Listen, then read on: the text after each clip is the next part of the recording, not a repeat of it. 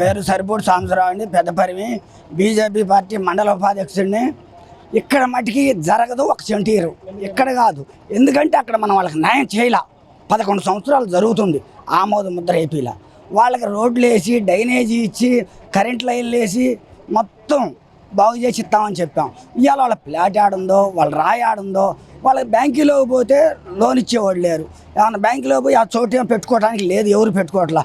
ఇక్కడ online cut చేశారు. ఇప్పుడు ఆన్లైన్లో కూడా అట్లా బ్యాంకుల్లో కూడా పెట్టుకునేవాళ్ళు లేరు. కాకపోతే సెంటీర్ వాళ్ళని అభివృద్ధి చేసి శుభ్రంగా ఏమైనా జరిగితే పరిమి, వడ్లమాను, హరిచంద్రబాబు 3 రోజులు ఉండే.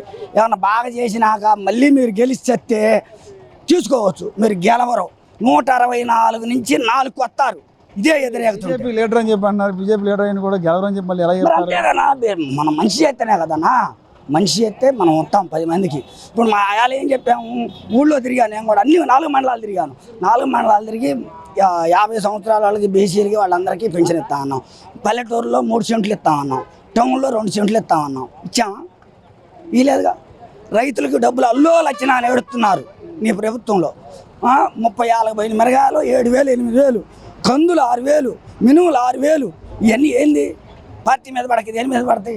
మనం మంచి చేస్తే మనం అమ్ముతారు కానీ నా చెడే చేస్తున్నాం మనం. నాకు తెలిసి ఏడాదిలో సుపరిపాలన అని చెప్పి డోర్ టు డోర్ తిరుగుతున్నారు కుటుంబ నాయకులు. మీరేం ఆ మాట అన్నారు? మీరు కూటమిలో ఉన్నదో పాటుకున్నారు. ముందా సరే చెప్పుతో కొడతారు పోతే మటుకి, అక్షరా మటుకి జరిగిద్ది అది.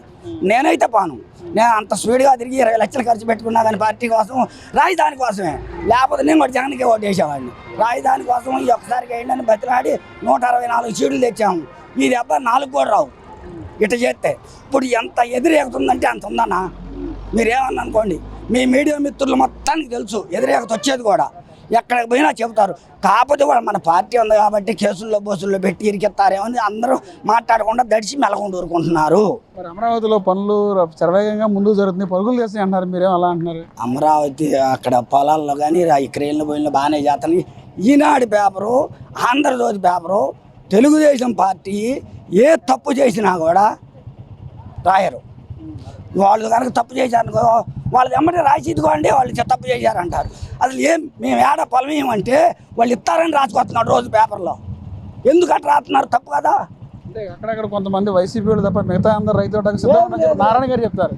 నారాయణ చెప్పే మాటలు. నారాయణ 5 సంవత్సరాలు మహిళలు కొడుతుంటే ఏం చేశాడు నారాయణ ఏం చేశాడు? 5 సంవత్సరాలు ఏమన్నా ఆదుకున్నావా? నీ కాలేజీలు పడేస్తారని నువ్వు ఏడో పోయి దాక్కున్నావు.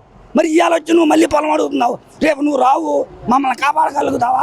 మా ఆర్థికం అంతా నువ్వు లాభం చేయగలుగుతావా? ఇవాళ ఆన్లైన్ తప్పించాడు, బ్యాంకులో పోతే పెట్టుకోవట్లేదన్నా. ఎవరు దీనికి బాధ్యత?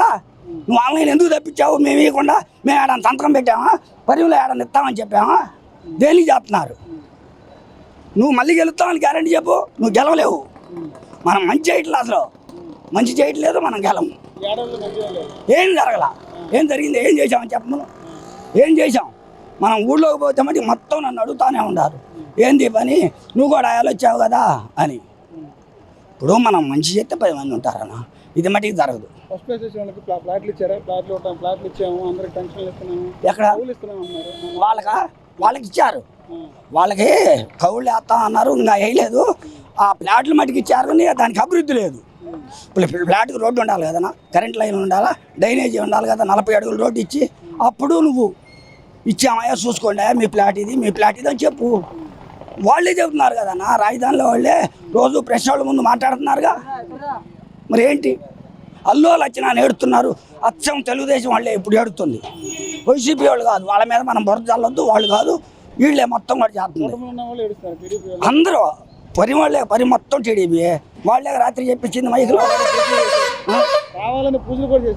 కాదు చేసాం. అప్పుడు వస్తే రాజధాని నిలబడిద్ది, అందరికి బాగుంటుందని చేసాము.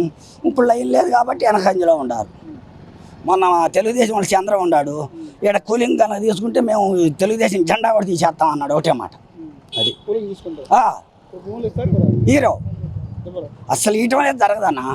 వాళ్ళు ఎన్ని కత్తులు పెట్టుకున్నా ఈడ మటుకు సెంటీయరు. అది ఊరు మొత్తం అదే. ఎవరు కాడికి అనుకోండి వాళ్ళు అదే. రాత్రి తెలుగుదేశం వాళ్ళకి చెప్పించింది, మనం కాదు కదా, వైసీపీ వాళ్ళు కాదు కదా, వాళ్ళు తెలుగుదేశం వాళ్ళే చెప్పించారు. నాకు ఆడ వీడియో కూడా ఉంది, నీకు పెట్టమంటే పెడతా.